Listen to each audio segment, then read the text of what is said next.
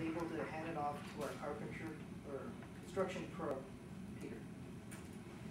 Well, to begin the construction process, we had to take our 1/8" board and basically make boards.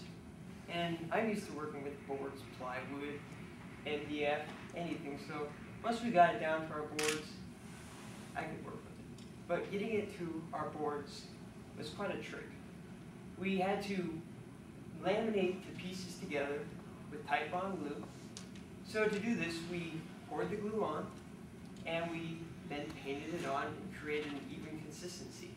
Then we placed our next piece and kept building. Now, to get the weight to all compress evenly, we had to take particle board, because we knew that particle board is machined flat. We put it on a concrete floor, and then we put weight on top of that.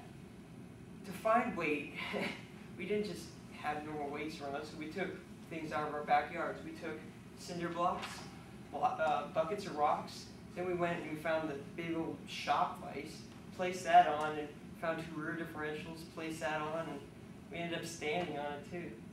But, so we let that dry for about 2 or 3 days, and then we could begin our cutout process. Thanks to Pedro, who could take his design and take it off the computer and print it out on our big plot printer thing, and we got our designs, and we could just trace those on so we could get our frame designs. So after tracing it on, I had perfect cutout lines. So I'd take my skill saw and just cut wherever it needed to be. And I learned how to do a lot of things, cutting curves, doing cove cuts with the saw blade. But one of the biggest challenges actually was when we had to cut out our wheels. And as you all know, our wheels are round, which most are, but skill saw blades are straight. So to accomplish this, we had to do numerous cuts. And my engineering friends, they kept saying it's something about N to infinity, something like that, I don't know. But so we just kept cutting and cutting and cutting. We eventually ended up with a round wheel. And it ended up being no more than 1/8" out round. So after we had our wheels and everything, that was just part of the cutting process.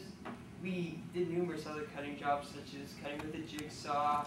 The router was a big part because we had to round the wheels, make them look all pretty. And so we got all our cuts made, and then we just ended up with a big, huge pile of broken tools. We ended up going through about 3 saw blades, 12 jigsaw blades. I think they said it was a pack. And we went through like 3 drill bits, 3 routers, like one whole router bearing just burst when we were doing it. And we ended up going through the router too. So I don't know how that happened, but it was interesting stuff. So that was pretty much the construction phase.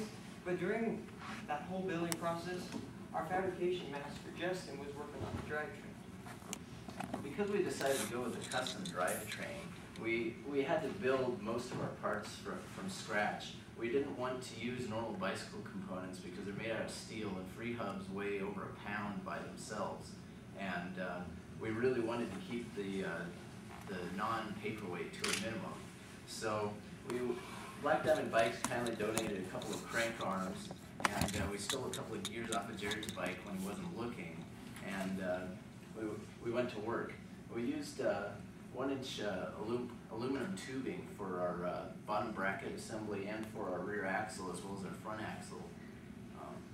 It was ideal because it's very strong stuff and easy to work with as well. So we fashioned some drive plates out of just flat aluminum sheeting, cut them out actually using a metal bit on a jigsaw because we were really limited on tooling. We didn't have a big shop or anything to work with. We were actually working at a wrecking yard. They had enough tools that we were able to get the job done, and so we went to slide the drive plate onto the axle and found that our axle wasn't 1-inch OD, it was about 1 1/8, and we actually had to cut it down on the lathe to get our drive plate to fit.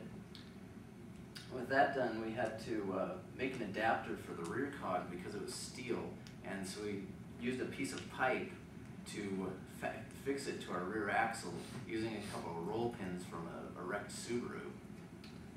Once that was done, we were ready to assemble, and that's when we realized we had a serious problem.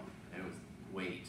This material is so dense. He listed off the tool bits we broke, and that's just because it's such a dense, heavy material, it just ate them up. But that also meant that when we first weighed all our cutout components, we were at about 130 pounds.